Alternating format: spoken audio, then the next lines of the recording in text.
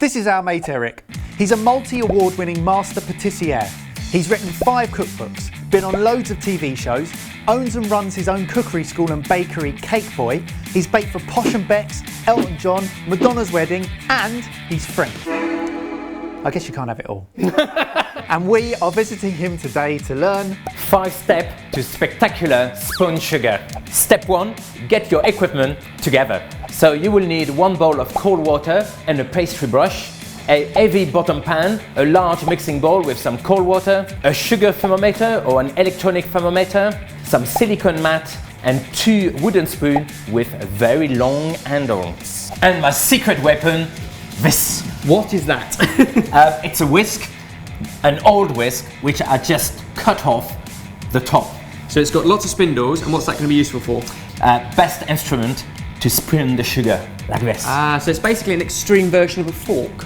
Yes, completely extreme.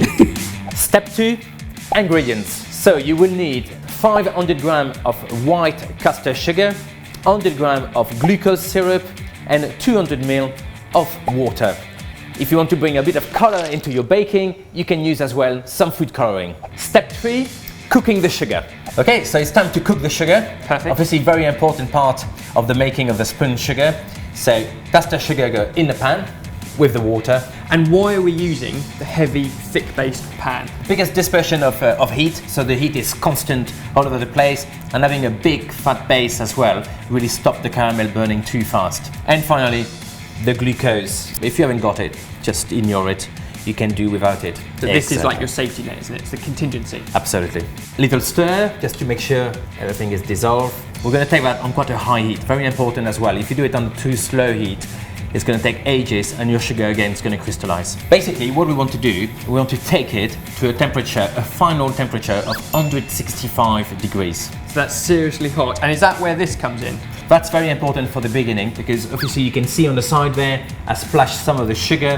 When the sugar starts to boil away, you will get some steam, which is sugary, and you don't want that sugar to crystallize because it's going to start to go into the rest of the sugar and the whole thing is going to crystallize on you.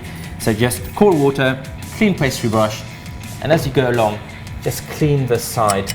So we just reached 110 degrees with our sugar, and this is a perfect time to add anything extra you want to add to your sugar. You need to wait that time because if you do it before, again, there is a big chance that your sugar is going to go all funny on you and crystallize because it doesn't like it. So that goes in at 110 degrees Celsius. We're looking for 165. Yep. And this is a bit where I get a lot of stick back at the studio because this is where I tend to burn caramel. So I'm guessing that's why the bowl of water is there. That's a secret weapon. A bowl of nice chilled water or cold water. As soon as you reach the right temperature, you dunk the pan into the water and that will stop the cooking. And that's why you only want to half fill that bowl. Yes. Step 4, finally, we're ready to spin the sugar. Now this bit's always easier with an extra pair of hands, so how can I help? Well, I need you to hold those long-handed wooden spoons.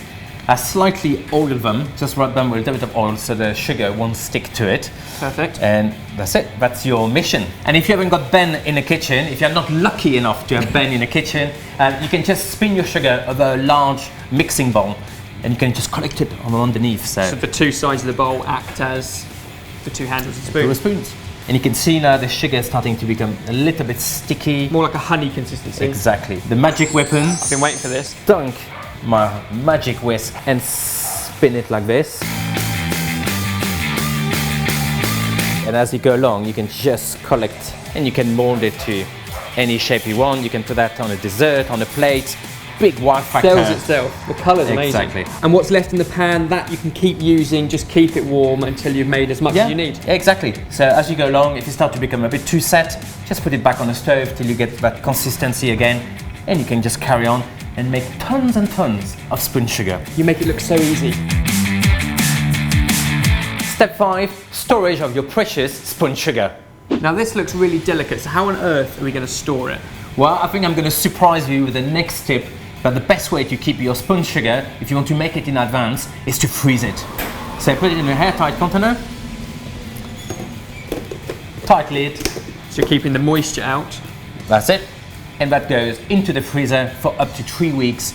And when you need it, you just take it. So a big sort of celebratory dinner or cake, you can get the tricky bits done way in advance. Exactly, and on a day, clean kitchen, and you relax as well. Smart. Eric, it looks beautiful. Thank you so much for sharing all your secrets. My pleasure. To Spun Sugar with us. If you want the details, they're available down below on Eric's profile on Sorted Food. If you're in London, you have to come and try Cake Boy, the bakery, for yourself. It's delicious. And everybody has to go and subscribe to Eric on YouTube. Every Monday, brand new recipes, tips and tricks, all sorts of collabs, a chance to make your desserts look as stunning as that. Thank you very much. My pleasure. Thank you.